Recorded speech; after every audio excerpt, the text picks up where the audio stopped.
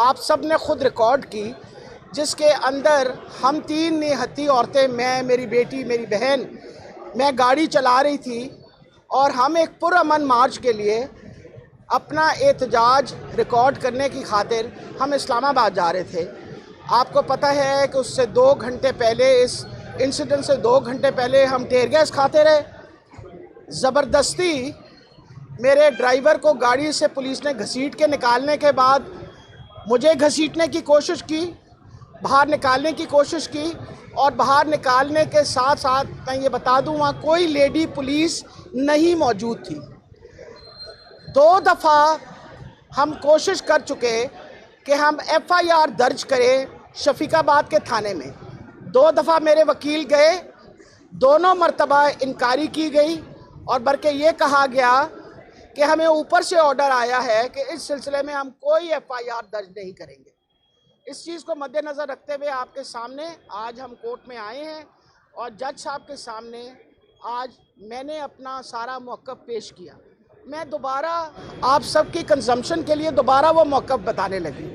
ہم 10 بجے کے قریب بتی چوک پہنچے جب ٹیئر گیس پھینکی جا رہی تھی۔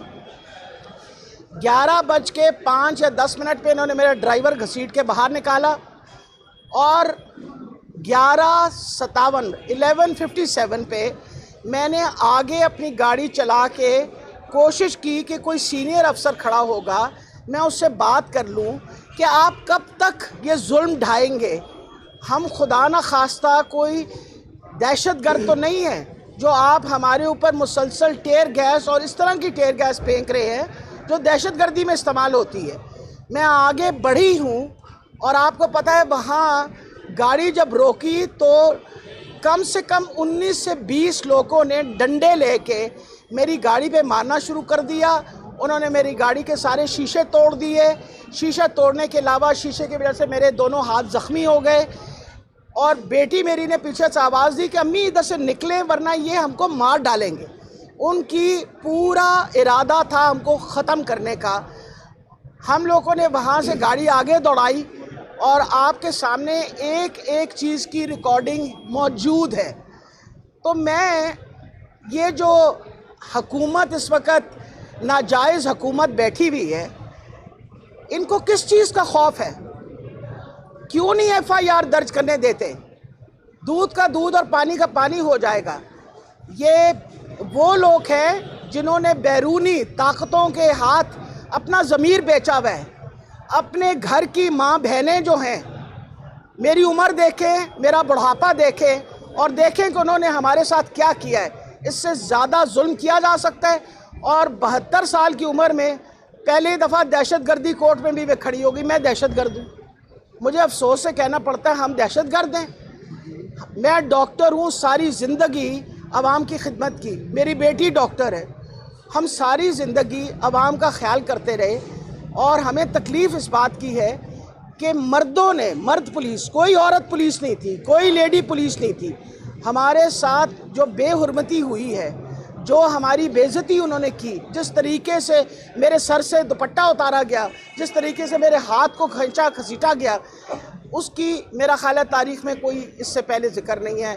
اور اس لیے میں یہ ثناء اللہ کو بتانے لگی ہوں کہ رانا ثناء اللہ، یہ جو تم لوگوں کے پیچھے اور اپنے گارڈوں کے پیچھے چھپ کے نکلتے ہو نا، باہر نکلو تو تمہیں ہم بتائیں گے تمہیں کس نے یہ حق دیا کہ پاکستان کی خواتین، پاکستان کی عورتوں پہ، ماؤں پہ، بچوں پہ، بہنوں پہ تم اتنا ظلم کرو۔ اس ظلم کا ہم انشاءاللہ پورا حساب لیں گے، اور یہ انشاءاللہ مجھے پوری امید ہے کہ ہمیں کورٹ ضرور اس کی FIR رجسٹر کرنے کا ہمیں دے گی، اور ہم انشاءاللہ FIR رجسٹر کر کے، مجھے سپریم کورٹ تک جانا پڑا تو میں انشاءاللہ سپریم کورٹ تک جاؤں گی، لیکن اس قاتل آدمی کو، ایک قاتل ہے جس نے پہلے، ایک سیکنڈ، جو ماڈل ٹاؤن کا سانحہ ہوا آپ کے سامنے ہے، آج تک اس کا جواب نہیں ہوا۔ غلطی ہم سے یہ ہوئی کہ ماڈل ٹاؤن کے سانحہ کا اگر اس کا کیس مکمل ہوتا، اس کو سزا ہوتی، آئندہ کبھی کسی نے جرات نہیں کرنی تھی کہ نہ ہتھے لوگوں کے اوپر آپ گولیاں برسائیں اور لوگوں کو ماریں۔ 3 ہمارے ورکر شہید کر دیے، ہم ایک ایک ورکر کا بھی حساب لیں گے تم سے، ایک ایک جگہ جا کے دروازہ کھٹکھٹائیں گے. تمہیں پتہ لگے گا کہ تحریک انصاف جس کو تم سمجھتے تھے کہ یہ ممی ڈیڈی پارٹی ہے، ممی ڈیڈی پارٹی نہیں ہے. ہم پاکستان سے محبت کرنے والے لوگ ہیں، ہم غیرت والے لوگ ہیں. تم جیسے بے غیرت نہیں ہیں جو اپنا ضمیر فروش کریں. ہم غیرت والے لوگ ہیں اور انشاءاللہ پاکستان کی سالمیت کے لیے، پاکستان کی غیرت کے لیے، پاکستان کی انڈیپینڈنس کے لیے ایک ہم محکوم نہیں ہیں، کسی کے غلام نہیں ہیں. ہم انشاءاللہ ایک آزاد قوم ہے، اس کے لیے ہم مسلسل جد و جہد کریں گے، چاہے اس جد و جہد میں ہماری جان بھی چلی جائے. یہ میں آپ کو دوبارہ بتا رہی ہوں، تم کر لو جو کرنا ہے، تم دیکھو گے ہم انشاءاللہ تمہارے ساتھ کیا کریں گے. کون بچائے گا پاکستان؟ آپ پر سنگین دفعات کے مقدمات درج کیے جا رہے ہیں. مریم نواز نے کہا تھا کہ آپ کو گرفتار نہیں کیا جائے گا، نہ ہی آپ پر مقدمات درج ہوں گے. اس کے بارے میں آپ چاہیں گے؟ پہلے تو یہ بتائیے کہ مریم نواز ہوتی کون ہے، اس کے پاس کیا اختیار ہے، اور اس کو کہیں مہربانی کر کے اپنی باتیں اپنے پاس رکھے. اور ایک دفعہ جب FIR درج ہو جاتی ہے تو it has to take its legal course.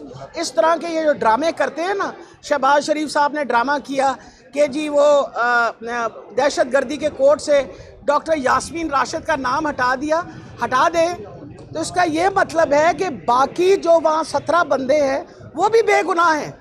تم نے پولیٹیکل وکٹمائزیشن کی ہے، کوئی بھی ان میں سے دہشت گرد نہیں تھا، پر تم نے ان کا نام دے کے اور میرا نام ہٹانے کی کوشش کر، کہنے کی کیا کوشش کر رہے ہو؟ تم غلط ہو، تم نے غلط کام کیا اور آئندہ بھی غلط کام کرو گے، اور ہم انشاءاللہ تمہارے سامنے شیشہ پلائی دیوار کی طرح کھڑے رہیں گے. Thank you very much.